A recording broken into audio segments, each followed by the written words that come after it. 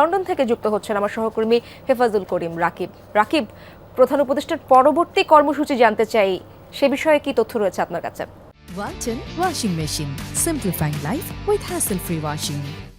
আপনি জানেন যে লন্ডন সময় সকাল 7:20 প্রধান উপদেষ্টা ডক্টর মোহাম্মদ ইউনূস হিথ্রো বিমানবন্দরে তাকে যে বিমানটা নিয়ে আসে সেটা অবতরণ করেন এবং সেখানেই যুক্তরাষ্ট্র যে বাংলাদেশের হাই কমিশনার আবিদ ইসলাম ওনাকে রিসিভ করেন, ওনাকে অভ্যর্থনা জানান এবং সেখান থেকে হিথ্রো বিমান থেকে ওনার হোটেল যে ডরচেস্টার হোটেলে উঠেছে সেই হোটেলে ওনাকে পৌঁছে সকাল 10টা বেজেছে, প্রায় 2 ঘন্টার উপর সময় লেগেছে, ট্রাফিকের কারণে জ্যাম ছিল অনেক।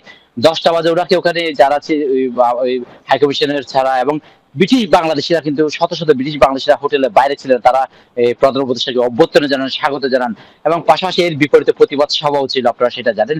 কিন্তু এই আজকের যে কর্মসূচি সেটা আমরা পুরোপুরি পাইনি, তবে যেটুকু পেয়েছি সেটার মধ্যে হচ্ছে যে আজকে আমাদের ব্রিটিশ বাংলাদেশের যে বিজনেসম্যান আছে তাদের সাথে, ব্রিটিশ বাংলাদেশ চেম্বার অফ কমার্সের রফিক হায়দার সহ তাদের সাথে কিছু মানুষজনের সাথে উনি দেখা করবেন আজকে। মূল যে কর্মসূচি সেটা শুরু হবে আগামীকাল থেকেই।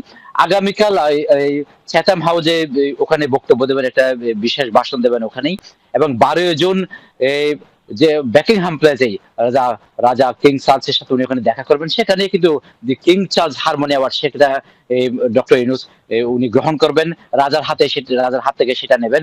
এবং সবচেয়ে গুরুত্বপূর্ণ যে বৈঠকটা সেটা কিন্তু অনুষ্ঠিত হবে 13ই জুন সকাল 9টা থেকে 12টা পর্যন্ত সেই বৈঠকটা অনুষ্ঠিত হবে। সেই বৈঠকটা হচ্ছে যে আপনারা জানেন, যেটা নিয়ে খুব জল্পনা এবং কল্পনার মধ্যে ছিল, সেটা হচ্ছে বিএনপির ভারপ্রাপ্ত চেয়ারম্যান তারেক রহমানের সাথে বৈঠকটা অনুষ্ঠিত হবে এই শুক্রবার 13ই জুন সকাল 9টা থেকে 12টা পর্যন্ত অনুষ্ঠান। এবং সেটাতে অংশগ্রহণ করার জন্য আমরা ইতিমধ্যে শুরু করেছি, স্থায়ী কমিটির অনেকে এখানে জি, বুঝতে পেরেছি রাকিব, সেখানকার খবরাখবর আপনি রাখবেন। ধন্যবাদ আপনাকে।